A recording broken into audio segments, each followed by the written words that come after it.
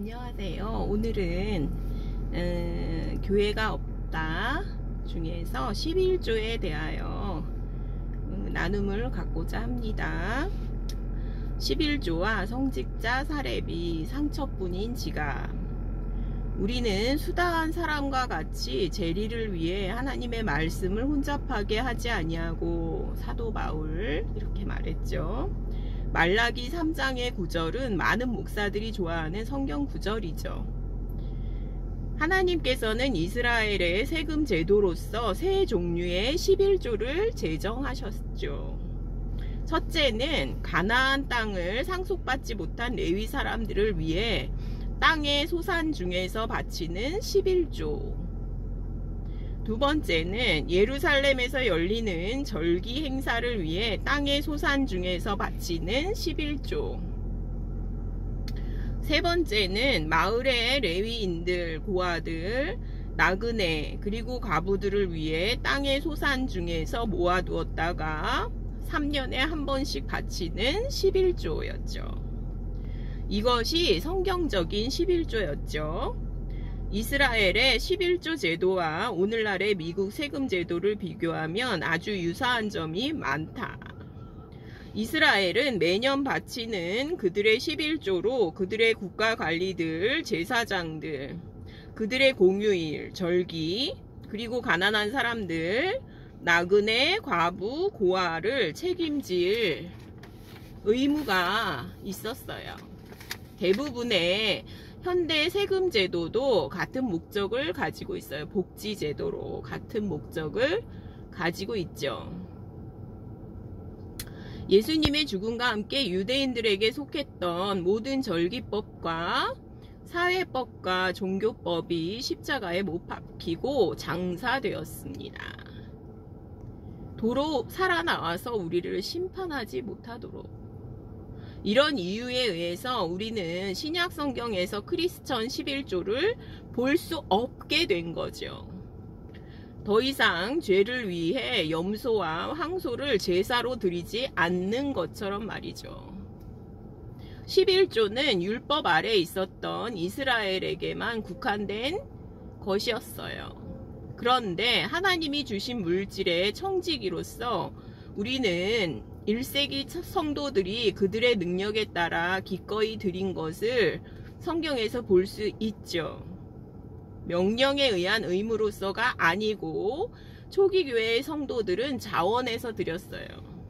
그런데 이것은 11조가 아니에요. 이것은 뭐냐면은 연보, 헌금이라고 말을 해야 돼요.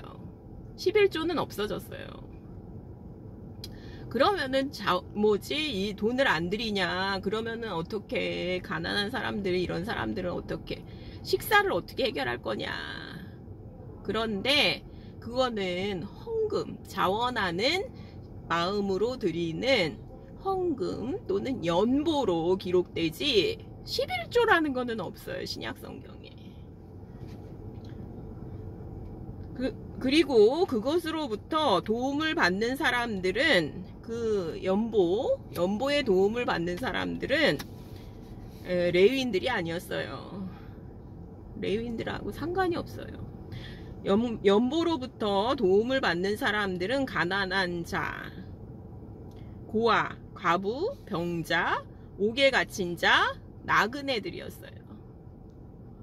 그러니까 자, 그러면은 사람들은 또 이렇게 말할 거예요. 그러면 아브라함은 어떤가? 그는 율법 시대 전에 살았던 사람이었고 그가 대제사장 멜기세덱에게 11조를 바친 것을 우리는 알고 있지 않은가? 이것은 11조가 모세의 율법의 일부라는 당신의 주장을 뒤집고 있지 않는가? 이렇게 이제 말하는 사람들이 있죠. 그런데 요거를 또 반박할 수 있죠. 첫째, 아브라함의 11조는 철저하게 자발적이었다는 거예요. 강요된 적이 없어요. 그리고 둘째, 아브라함은 그가 한번 전쟁을 한 후에 거기서 얻은 노량물 중에서 11조를 했어요. 그는 그의 정기적인 소득이나 재산에서 11조를 하지 않았어요. 요즘으로 말하면 아브라함의 11조는 복권에 당첨되었다든지 아니면은 어디서 정기적인 수입이 아니라 뭐 보너스를 받았다든지 그럴 때 이제 11조를 하는 것과 같아요. 그리고 이제 아브라함의 11조는 셋째, 그것이 아브라함의 지상에서 175년을 살면서 처음이자 마지막으로 드린 11조였다는 점이에요. 우리는 그가 또다시 11조를 드렸다는 증거를 찾아볼 수 없어요. 그러면 말라기 3장에서 하나님께서 말씀하시는 것은 무엇인가? 우선 이 구절은 모세의 율법 아래에 있던 고대 이스라엘을 향해 하신 말씀이다. 하나님의 사람들이 그들의 11조와 헌물 드리기를 거부했다. 말라기 3장 8절에서 10절의 문맥을 잘 살펴보라. 5절에서 하나님은 과부와 고아를 압제하고 나그네를 억울하게 하는 사람들을 심판하시겠다고 말씀하셨다. 과부와 고아를 압제하고 나그네를 억울하게 하는 사람들을 심판하시겠다고 말씀하셨는데요. 과부와 고아와 나그네가 11조를 받기에 합당한 사람들이었다는 것을 말하죠. 즉 11조는 과부, 고아, 나그네, 레위인들, 아무것도 소유한 것이 없는, 땅이 없는 사람들이잖아요. 그들을 위한 목적으로 존재했다. 바로 이것이 말라기 3장에 나오는 하나님의 말씀의 초점이다. 그러니까 신약시대를 사는 우리들에게 이 11조라는 거는 전통에 의해서, 어떤 전통에 의해서, 장로들의 유전에 의해서 이게 생긴 거라는 거를 알 수가 있죠. 이게 하나님의 말씀으로부터 온 것이 아니라는 거를 증명하는 말씀이죠. 시프리안 200년에서 258년은 시프리안은 성직자를 재정적으로 지원하는 관습에 의해 최초로 언급한 크리스찬이다. 그는 성직자가 11조에 의해 생활비를 지원받아야 한다고 주장했다. 그러나 오늘날에는 레위인 제사제도는 철폐되었고 우리가 모두 다 제사장이다. 그러므로 제사장이 11조를 요구한다면 모든 크리스천들이 서로에게 11조를 해야 된다. 말도 안 되죠, 그러니까. 성직자의 사례비에 관해서는 사역자들이 처음 3세기 동안은 사례비를 받지 않았다. 그러나 콘스탄틴이 등장해서 교회와 지방 금고와 국고에서 성직자에게 고정적인 봉급을 지급하는 제도를 제정했다. 따라서 신약 성경에 기초하지 않은 해로운 관습인 성직자의 봉급이 탄생되었던 것이다. 믿는 사람이 자기 스스로의 결정 또는 확신에 의해 11조를 드리기를 원한다면 그것은 좋은 일이다. 그러나 11조가 모든 믿는 자들을 묶어버리는 하나님의 명령으로 나타난다면 그건 문제가 된다. 의무적인 11조는 가난한 사람들을 압제하는 것이나 마찬가지이다. 11조는 가난한 자들을 향한 좋은 소식으로부터 복음을 철수시켜버렸다. 좋은 소식이 아니라 그것은 무거운 부담이 되었다. 자유가 아니라 압박이 되었다. 하나님께서 이스라엘을 위해 제정하신 원래의 11조는 가난한 사람들에게 상처를 입히는 것이 아니라 유익을 주기 위한 것임을 우리는 너무 쉽게 잊어버린다. 또한 11조는 부자들의 양심을 마비시킨다. 현대교회에서 11조를 하라고 끊임없이 압력을 가하며 서성거리고 있는 배후에는 성직자 사례비라는 뿌리가 있다. 1세기 장로들은, 목자들은 결코 봉급을 받은 적이 없어요. 그들은 자신의 직업을 가진 사람들이었어요. 그들은 양떼들로부터 취하는 대신 오히려 그들에게 주면서 살았어요. 주면서 살았죠. 왜냐하면 주는 것이 받는 것보다 복되니까요. 그래서 이제 저희 언니의 시고모님은 이제 생활보호 대상자예요. 왜냐하면 이제 아무도 없거든요. 연세도 많고 아무도 없는데 생활보호 대상자인데도요 11조를 내는 거예요.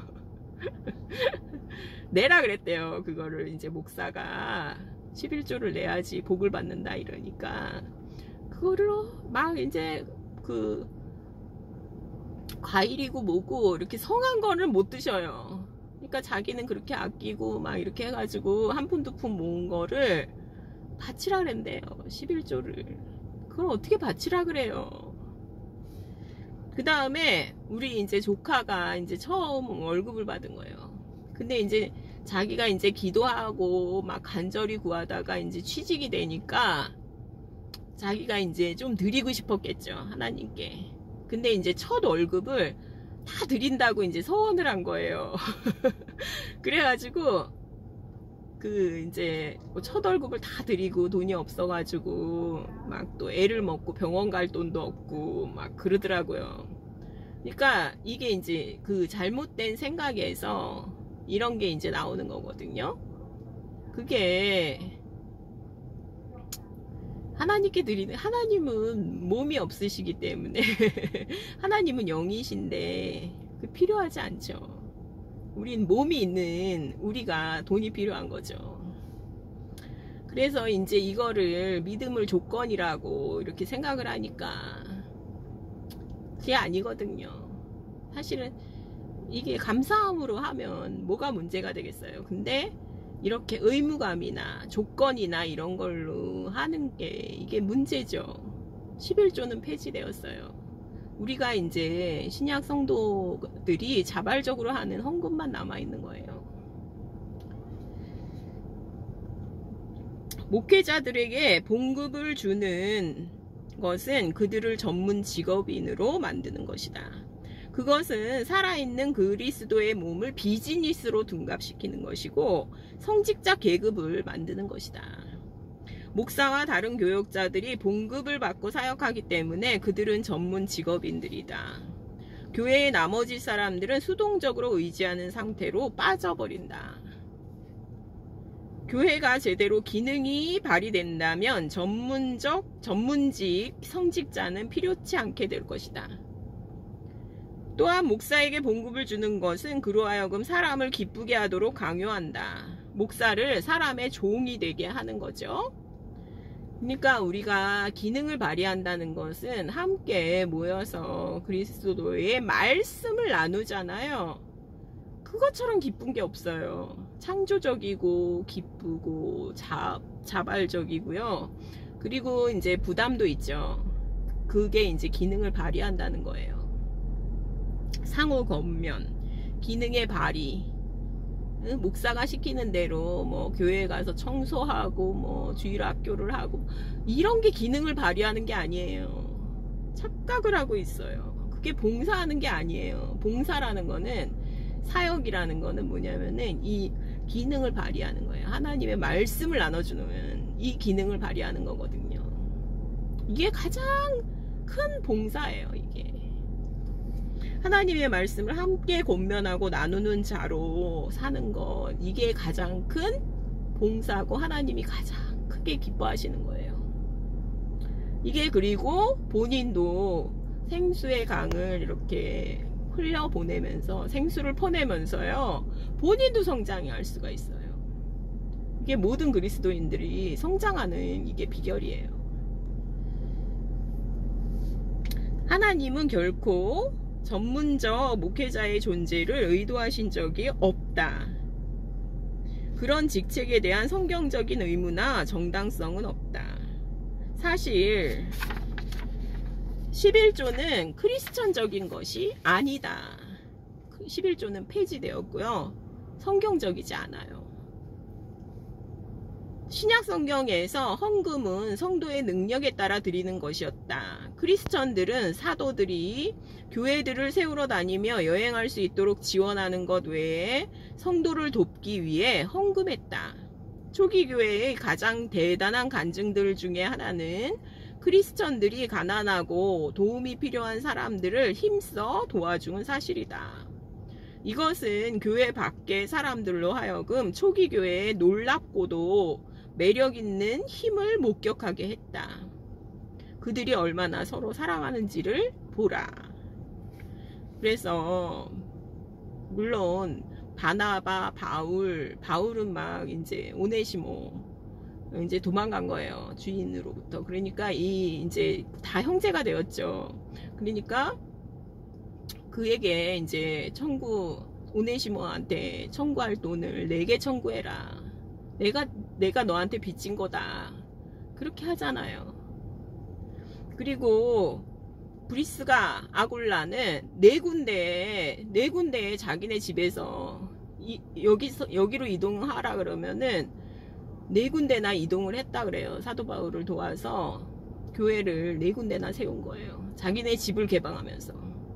그러니까 이제 먹여주고 재워주고 얼마나 돈이 많이 들어갔겠어요.